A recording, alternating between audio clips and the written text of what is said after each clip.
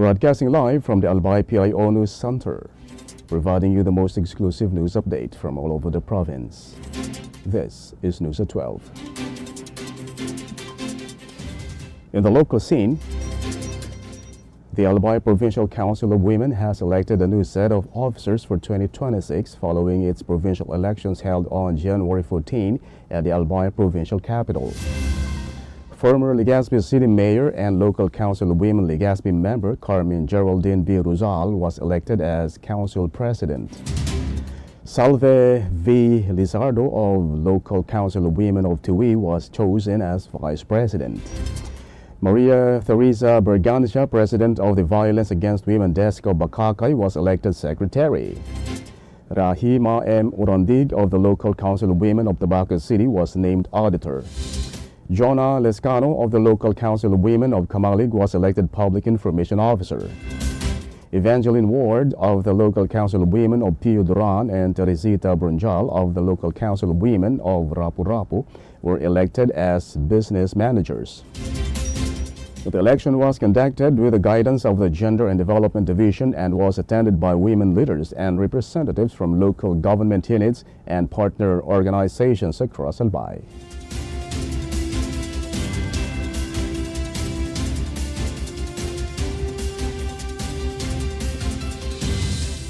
In other story, the provincial government of Albay, through the Albay Veterinary Office, formally recognized GMA Kapuso Foundation Incorporated for its support to animal welfare amid Mayon volcano unrest and the effects of Tropical Storm Ada. The Albay Veterinary Office received a donation on January 17 aimed at addressing hunger and health risks faced by companion animals displaced due to Moyon's Alert Level 3 status. The donation included 121 kilogram packs of cat food, 241 kilogram packs of dog food, and 11 boxes of essential vitamins. The supplies will support pets staying in evacuation centers and those remaining in households outside a 6-kilometer permanent danger zone. The Albay Veterinary Office expressed gratitude to the foundation, citing the assistance as vital to the province's ongoing complex disaster response involving volcanic activity and severe weather.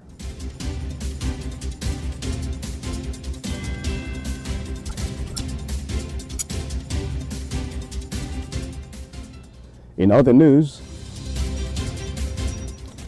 tourists have been warned to rely only on official advisories amid the circulation of AI-generated fake videos falsely depicting catastrophic eruptions of Mayon volcano under Alert Level 3. The Provincial Tourism, Culture and Arts Office said the misleading videos have caused unnecessary alarm and tourist cancellations. The office clarified that hotels and accredited tourist sites remain safe and operational as they are located outside the permanent danger zone. Areas within the danger zone remain temporarily closed to ensure public safety. Visitors were advised to view Mayon volcano only from designated safe areas approved by authorities. Officials stressed that continuous monitoring, safety protocols, and controlled access are in place to protect visitors while supporting responsible tourism during the volcano's activity.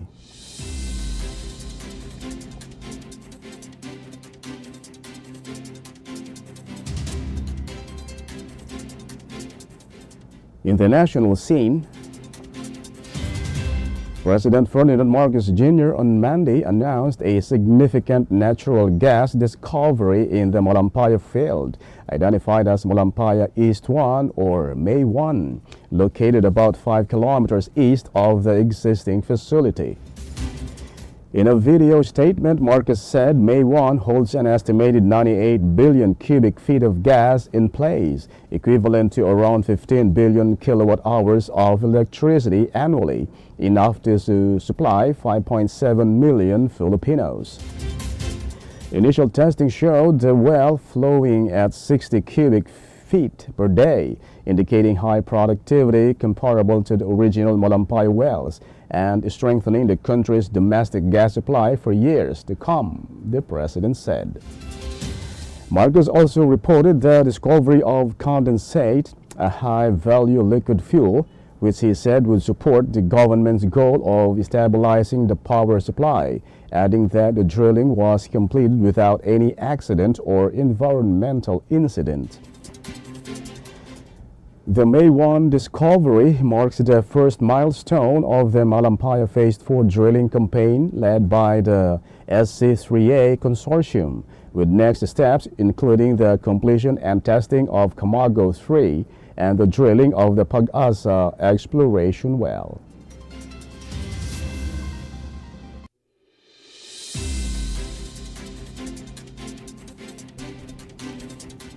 In other story,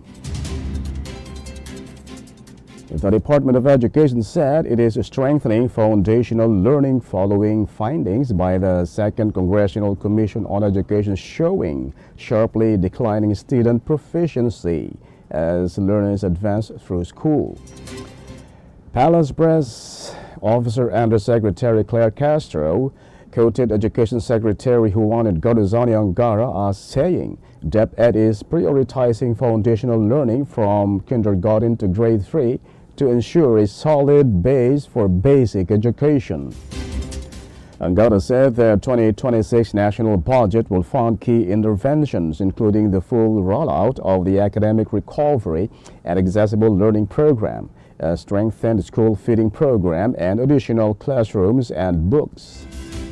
EDCOM 2 reported that based on standardized DepEd assessments from 2023 to 2025, proficiency rates dropped from 30.57% in grade 3 to 19.56% in grade 6 and fall further to 1.36% in grade 10 and just 0.4% by grade 12. The Commission said the steep decline is rooted in failure to master basic literacy and numeracy skills early, with learning gaps worse in geographically isolated and disadvantaged areas due to limited resources and teachers. While highlighting the learning crisis, EDCOM acknowledged ongoing reforms under the Marcos administration and stressed that prioritizing foundational skills is critical to reversing years of underperformance.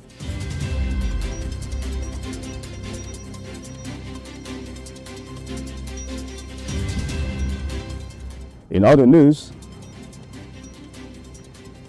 the return of former Public Works Secretary Manuel Bunuan to the Philippines sets the stage for the Senate Blue Ribbon Committee to resume hearings on alleged corruption in flood control projects.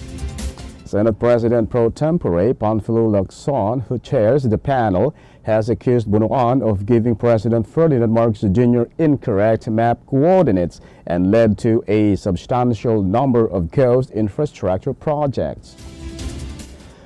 Public Works Secretary Vince Dizon confirmed that some projects had wrong grade coordinates but refrained from saying these were intentional, while Ombudsman Jesus Crispin Remulla said the errors originated from Bunuan or DPWH personnel in Bulacan.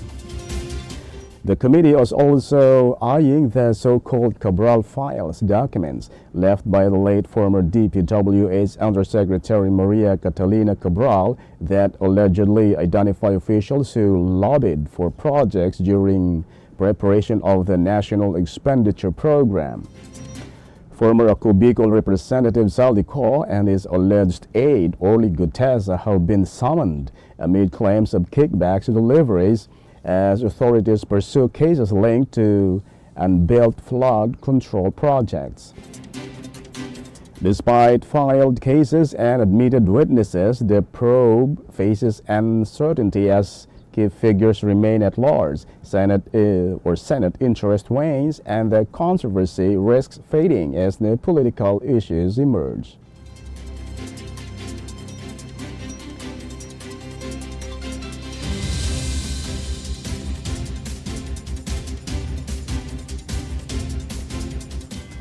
And in the news outside the country,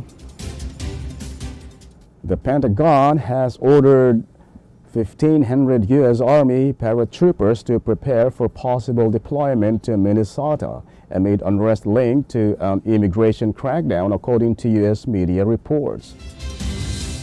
The move follows President Donald Trump's threat to invoke the Insurrection Act, which allows military intervention in domestic unrest, though he later said there was no immediate need. Protests have intensified in Minneapolis, where demonstrators have clashed with federal immigration officers following the fatal shooting of a U.S. woman by a federal agent earlier this month. Minnesota Governor Tim Walz has mobilized the state's National Guard, while Minneapolis Mayor Jacob Free criticized the presence of thousands of federal agents as an occupying force. Federal officials said the crackdown would continue, with Homeland Security Secretary Kristi Noem citing a similar Marine deployment in Los Angeles last year that stopped short of invoking the Insurrection Act.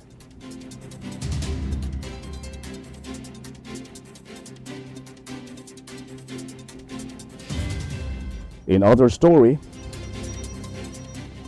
uncontrolled wildfires swept through southern Chile's Nubel and Biobío regions, leaving at least 18 dead and widespread destruction, authorities reported.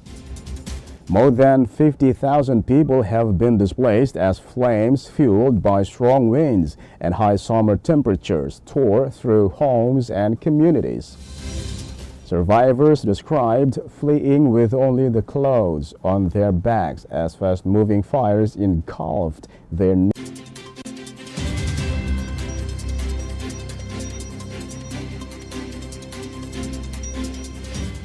And finally, in the news outside the country, with reference to the Philippines, the International Criminal Court has called for witnesses to provide information on the Philippine government's anti-drug campaign, a move lawyers say reflects thorough investigation rather than weak evidence. Cristina Conti, assisting families of drug war victims, rejected claims that the ICC prosecutor lacks evidence against former President Rodrigo Duterte, who remains in ICC custody at The Hague. The Office of the Prosecutor urged members of the Philippine National Police and other law enforcement officials involved in the operations to come forward, describing the request as a standard procedural practice. Conti noted that thousands of pieces of evidence have already been exchanged and around 100 witnesses' names submitted, stressing that the court allows victims and prosecution to strengthen the case. Duterte's defense lawyers criticized the public appeal, arguing it undermines neutrality and equality of arms. But Conti said the ICC has the authority to publish official communications and that truthful testimony could show the killings were systematic. And that's all for the news at 12, January 20, 2026.